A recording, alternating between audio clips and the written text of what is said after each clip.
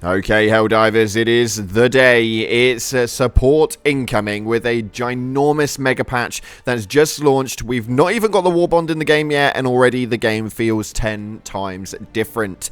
This is going to be an incredible day, and we've got so much to show you guys, including visible supply lines, stratagem, weapon, planet, balancing updates. We've got various crashes, stability improvements, invite-only lobbies, and so much more, with a statement made from the CCO himself, Mr. Johan, as to the explanation behind the patch. So with that being said, if you haven't already, smash that beautiful blue thumbs up and subscribe with post notifications turned on. Be greatly appreciated. And make sure you check out the chapters down in the bottom of the video to help you guys with your viewing pleasure. On top of that, check out our sponsor, GamerSups. This company specializes in providing gamers and a variety of energy drinks and nutritional products to help them perform at their best. Their products include energy drinks, waifu cups, gaming supplements, caffeine-free options, away from keyboard snacks, gamer teas, gamer soups, and so much more. These guys are on fire, and if you want to get involved with them and check them out, the link is down in the description. Make sure you use code CloudPlays at checkout, though. It'll get you a cheeky discount and help me tenfold. So, with that being said, let's dive on into what we've received, as we've just had a tweet go up stating we have issued a major update for players that include fixes, improvements on balancing, stability, gameplay, and so much more. And they are not wrong, so we are going to dive straight into it, as this one is going to be a lengthy video. Make sure you go through the chapters for the parts that you want to know most on. Starting off with the balancing, though, they've got a post going up right here inside of Steam stating, go with stratagem balance changes this patch. With these balance changes, we wanted to buff up some of the weaker stratagems to make them more viable and add more possibility for variety in the loadouts. We also changed a few to make them more consistent, but the goal was to keep a similar or higher power level. We are looking into stratagems more to see if there are any other stratagems that might need some other buffs or changes to make them more viable. We want to be better at explaining what our goals are with the changes. Please see the linked blog post for more explanation. We're going to go through that in just a second, but we have got some ridiculous changes coming in with the rocket sentry, a decrease in spread, increase in target distance, a decreased rockets per salvo from 2 to 1, with an increased explosion radius from 1 meter to 4 meters.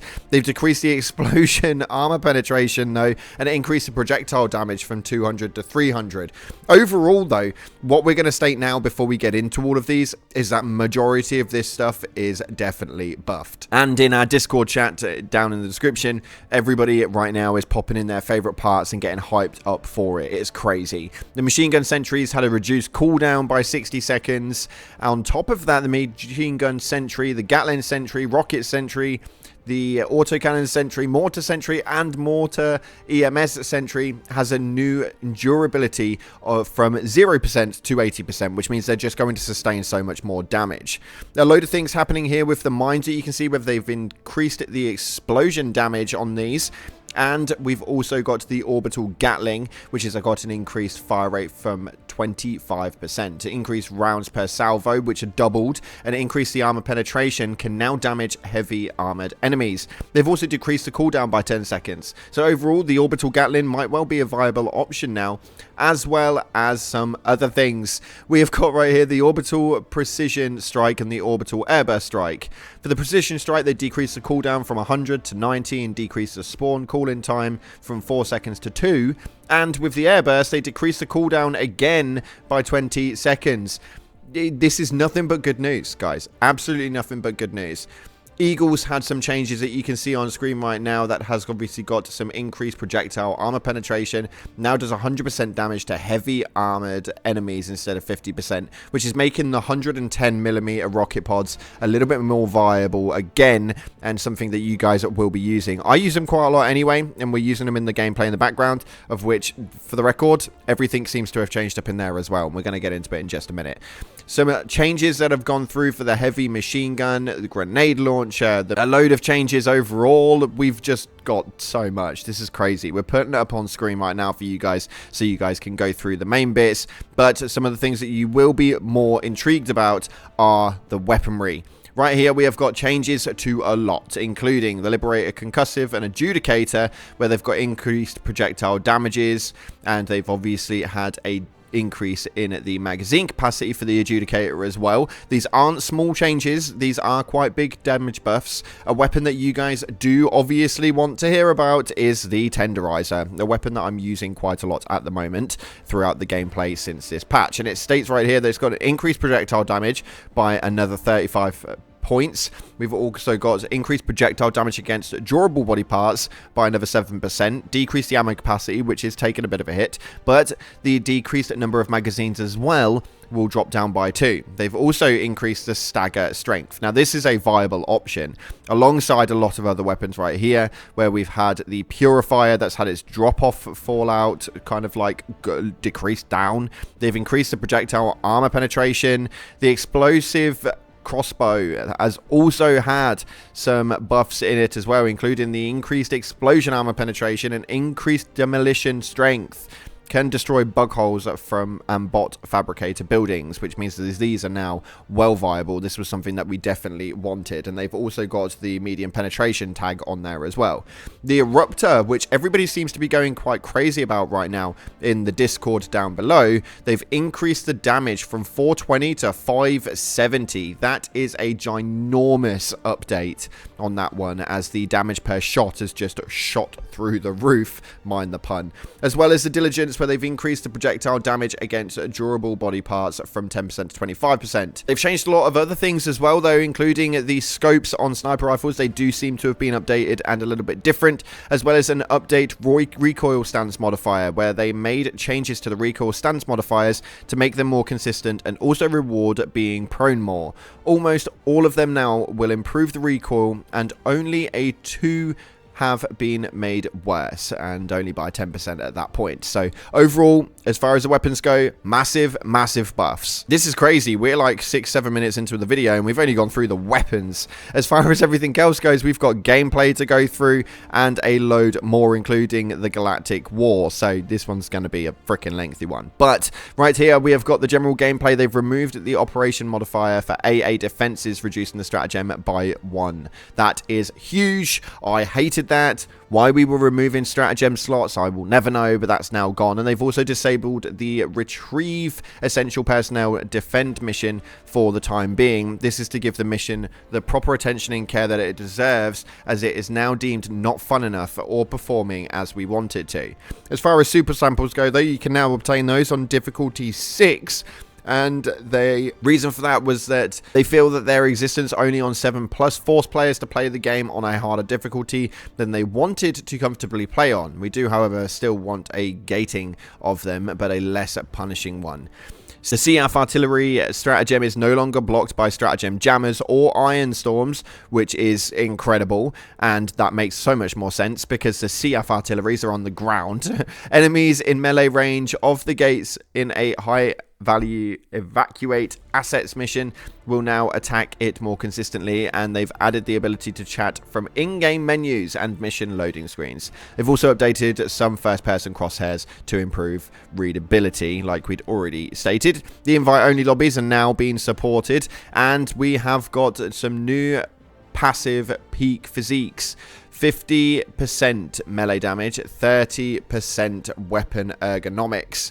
Incredible moves, incredible moves. We have got a load of planetary hazards. I'm just going to put all of those up on screen right now. We don't need to go into those too much, but there is going to be some differentiations from the spike plants to the fire tornadoes, tremors, and iron storms, and this one is just a little bit better on the whole oversight of things. Fire tornadoes were a little bit nutty. They were following the characters, but now they've kind of got a bit more of randomality, and tremors have had their spawnings tweaked slightly to be more random, which is definitely good. We've had a visibility change inside of the game. Again, I'm going to pop all of this up on the screen for you guys right now, just to give you guys a quick briefing of it, though. The visibility has now been less harsh and dense. It provides a lot less fog, and this will obviously fatigue less from constantly fighting on planets with bad visibility. So that one, again, is absolutely massive. They've changed some things with the unexploded hell bombs, where now they will explode immediately if hit with a strong explosion or heavy weaponry. Obviously, the smaller weapons are still going to be the same, but moving forward into vegetation that's large enough to slow the player now has an extra function. When inside of the vegetation, Helldivers will be harder to detect, reducing their detection range by enemies. This has happened in a lot of other games. It's about time that we see this one right now. Some big enemy changes that have changed for me is absolutely amazing. The acid effect applied by hunters, bug mines, and so much more has now got a reduction. It will slow you by 30% instead of 50%, and the duration of it has been increased to from 3 to 4 seconds. These changes are intended to make it less punishing for players to be slowed while fighting the Terminids, and I think that is a massive factor. This will obviously take place without making it difficult as well, with things such as the bile spewers and stuff, so it'll all take its armor factor. Armored enemy balance, they've now toned down the amount of heavily armored enemies like Bile Titans, charges, and higher difficulties, and instead spawn more hordes of smaller enemies. The difference should be quite noticeable, and the amount should be at least 30% less than before during bug breaches. They have also toned down slightly how many hulks that spawn on the automatons. Their intent is to ease up on the demand of anti-tank weapons, and by having more of the other enemies, give a better incentive for the group to bring stratagems and weapons to take care of hordes, which is incredible because we all have the exact same stratagems on majority of the time. Patrols and stunning have also had some changes. As far as patrols, is now back to how it worked beforehand, and the original tweaks have now been reverted, and stunning medium and large sized enemies now don't get stunned as easily. This is going to be a bit of a nightmare, but they will mostly just affect how easily the pummeler can stun large enemies. As an overall, this will not affect the stratagems that do stun. But we're going to move forward. We've got loads of changes to the Terminids, as you can see on screen right here. Again, not going to break it all down, or else we've got a massive videos. But the bile spewers and nursing spewers will now get slowed if you shoot them in the legs, and their puke now applies the acid effect. Can only damage you up to 4 seconds, and again with the Bile Titan, we have the same sort of increase right here. They're obviously less durable against weaker anti-tank weapons. It's not a large change, but they'll mostly matter for weapons like the railgun and stuff like that, so be careful with the head. It's less durable now. And the Bile Titans at puke again will be the same, 4 seconds on the damage tick. As far as charges go though, both charges have had both effects right here, and it's again a very interesting one. This will help you be able to sustain and retain the difficulty as an overall, but the bleed out state has obviously made a bit of a change. The automatons though, less changes, which I'm a little bit confused about. I think that their enemies were a little bit harder than most, but the Hulk's flamethrower now does less damage and cannot damage Helldivers for more than 4 times per second. In addition, the Helldiver can now not be damaged by multiple times by the same flame projectile. This should reduce instances where you are instantly killed by it, so hopefully that makes a change. That would be really nice. Changes to the automaton tanks though, such as the vents on the back of the turret, still have the same armor value as before, but will check for explosion directions correctly now, and the tank at the front has now been lowered in its armor rating. Obviously, as a non-venting section on the rear of the tank, the intent was to initially that it was supposed to be more armored on the front, and the visual language did not show that, so it's changed up a little bit as well. The damage to the explosion automaton jetpack has been decreased by 50%. It will still set you on fire though.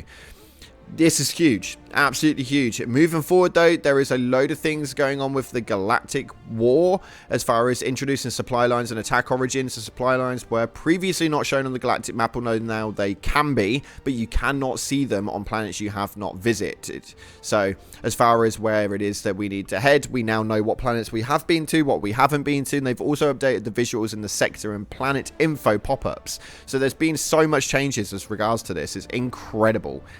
It's overwhelming though. I'm fully aware they've got a load of fixes, and I'm just going to ping those up on screen because there is a lot. And when I mean a lot, there is a lot. One of which though was the spear targeting. It's now been reworked and should now function much better. However, it has lost the ability to target automaton spawners. This is not as intended and will be fixed in the future. So this is something that we know we've got changing up, but there is just so many fixes that they've done, including a load of crash fixes. But do not be deluded with a patch like this and something this big. There has obviously been a massive amount of new crashes that have obviously surfaced. This is obviously going to happen, and this was always going to be the case. We knew this was going to be the case, so you guys just need to kind of bear with it. With a patch like this, when it's this big, we always knew that there was going to be a massive, massive change up, and that glitches were obviously going to make their way through.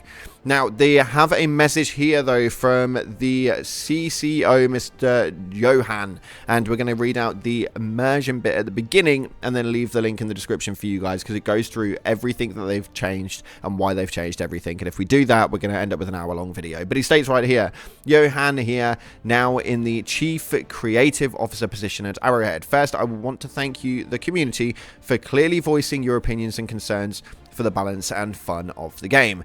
With that, we have gone over a lot of the weapon and stratagem balance in our last patch, 1.000.400, and we wanted to share with you a little more information on the decisions that we made. With the balance changes, we wanted to buff up some of the weaker stratagems to make them more viable and add more opportunity for variety in loadouts. We also changed a few to make them more consistent, but the goal was to keep a similar or higher power level. We are looking into stratagems still now. If there are any other changes to any other stratagems that might need some buffs or changes to make them more viable, we also want to explain why we are making the changes, and to do so that you can follow our thinking. Now, the final link in the description will get you through to that page. It is ginormous. It's pretty much the same size as the actual patch, and all of the reasons behind it are obviously pretty well known. Unfortunately, that's all we've got time for today, though. We are going to be uploading again later on today with some moves around the major changes inside of the war bond that's going to be taking place, so make sure you stay tuned for that one. I'm really excited. It's going to be about 3-4 hours before that one actually drops, if we're basing this off what the store looks like right now. I think it's about a 4-hour wait time till store refresh. That'll more than likely be when the actual war bond takes place. Thanks again for watching, guys. Appreciate all of your faces. Like, subscribe, and as always, I'll see you in the clouds.